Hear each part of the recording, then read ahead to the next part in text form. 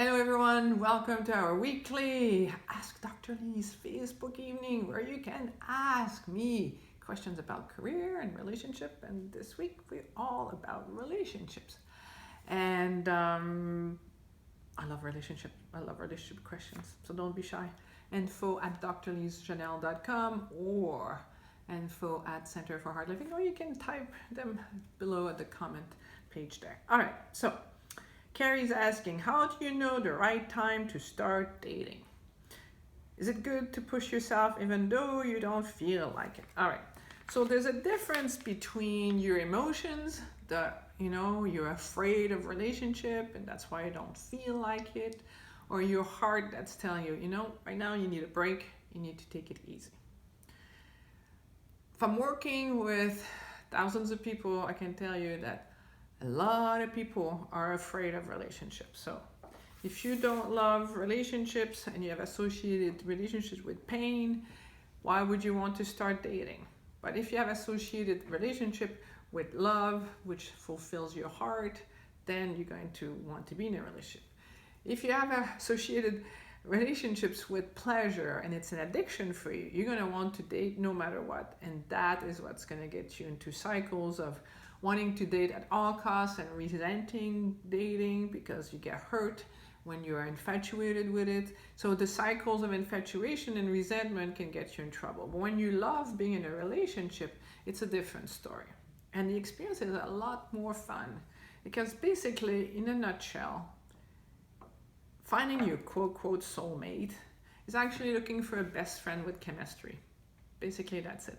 And a lot of people, when they think about a soulmate, it's so amazing, They imagine a soulmate is all going to be like this and going to live happily ever after. That is not your soulmate. If it feels like this, just know sooner or later you're going to get this. Because truly what you want is a best friend. And just like you have best friends in your life, they come with a set of pros and cons. So your mate is going to come in your life with a set of pros and cons, but you're going to love them with all your heart. You're going to trust them. They're going to trust you. And that's something you can go for without being afraid. I also have a checklist that you can download. I'm going to put the link below. It's called happyrelationshipchecklist.com. And it contains the 5 points to look for if you want a consciously loving relationship. And it's free. You just download it. So I highly recommend you do that. So are you ready to date? Well, is it your heart saying, I just need some space, I've been dating too much, I need to find out who I am? Or is it your emotions that are going like, oh, remember the last time you went dating, you got hurt? Well, that's a different thing because love is safe. If it's not safe, it's not love. All right, cool.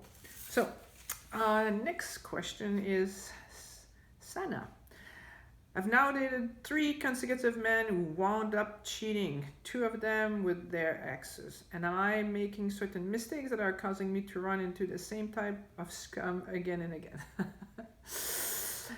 Yes, definitely. It's never about, the outside world. It's a reflection of the inside world because you heard the expression, wherever you go, here you are. So if you end up in a pattern of men who are cheating on you, that's because somehow you're cheating on them. And the way people cheat on someone, you say, no, I don't cheat on them. The way you cheat on someone is by only seeing half of them. So you get all excited, you think you found your soulmate and it's amazing and it's intense, but you're not actually loving this person, because if you love that person, you'd be able to see both the pros and the cons of being with this person.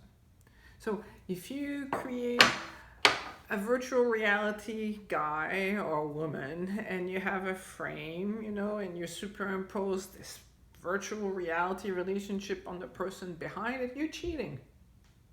Because if you're honest with yourself, you will know when someone is not into you. And if someone is not into you, why are you into them? So rule number 1 on my checklist to have a consciously loving relationship is be with someone who wants to be with you. And if you see that, they're being too slick or they always have good excuse not to want to go out on the evening, get the memo. They're not into you. And you're pushing your agenda on someone who's not interested in being with you. And that way you make yourself very unappealing And then, yeah, they're going to go back to their ex thinking like, oh my goodness, I made a mistake. So that's the other thing. Don't date someone who just broke up with someone else. If they want to go back to their exes, that means it's probably pretty fresh still. Make sure that you don't give your heart to someone who's not going to cherish it. Make sure you give your heart only to someone who's going to cherish it. And if they're still in the grieving process and getting over it, you don't want to be the soother, the person that they use to get over their ex.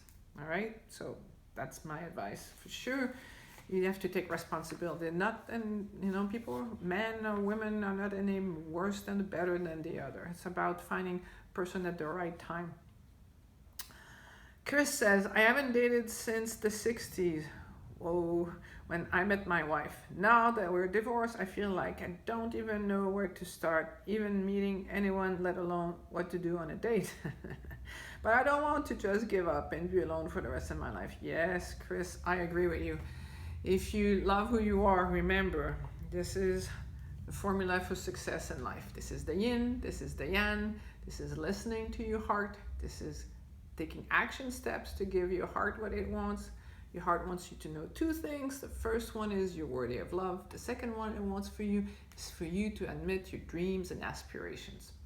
And I would say probably 90% of us, deep down, what we want is to love and be loved.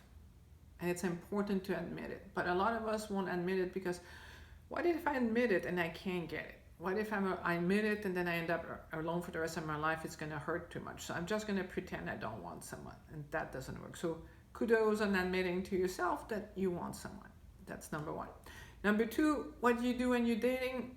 I highly recommend my Soul Worthy Love program. We have a whole segment on dating and things and finding out what it is that you want, gaining clarity around what are your values, why you ended up in the patterns and the relationships you were in, so that you can move freely forward into something healthier for you.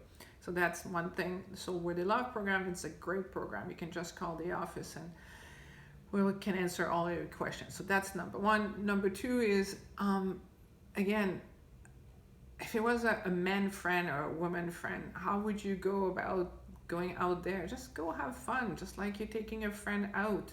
Don't think because you go on a date that this is the person you're going to marry and be for the rest of your life. First, you just have to get to know each other. How would you create a new best friend?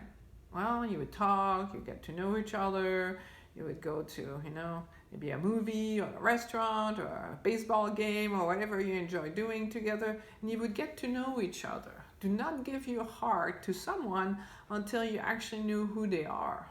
Because it might look good on the outside, they might say all the right thing, but then as you spend more time together, you realize, we don't have the same values. This is not what I want.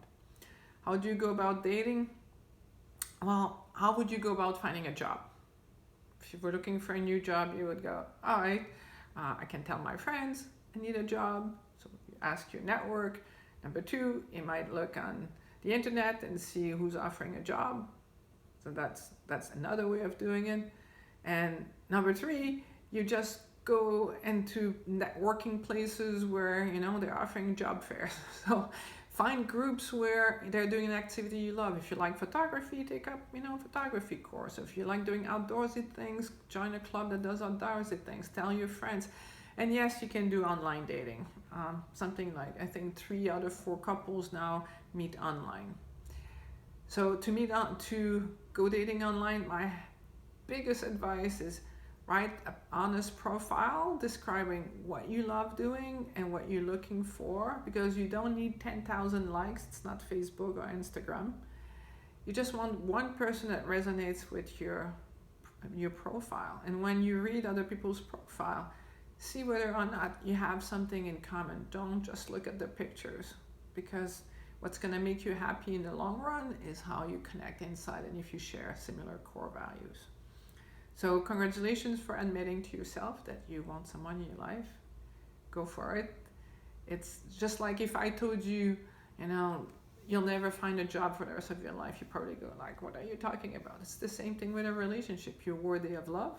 Just go out there and find a best friend, someone to have fun with, that you have chemistry with. It's not rocket science. It doesn't have to be a soulmate with all, this romantic ideas of what love is. A real good mate is a good friend. All right. Remember the Art of True Love workshop, September 28th.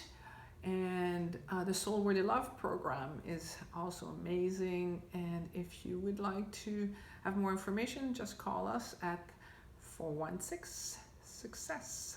416-SUCCESS, which is 782-2377. Thanks, bye.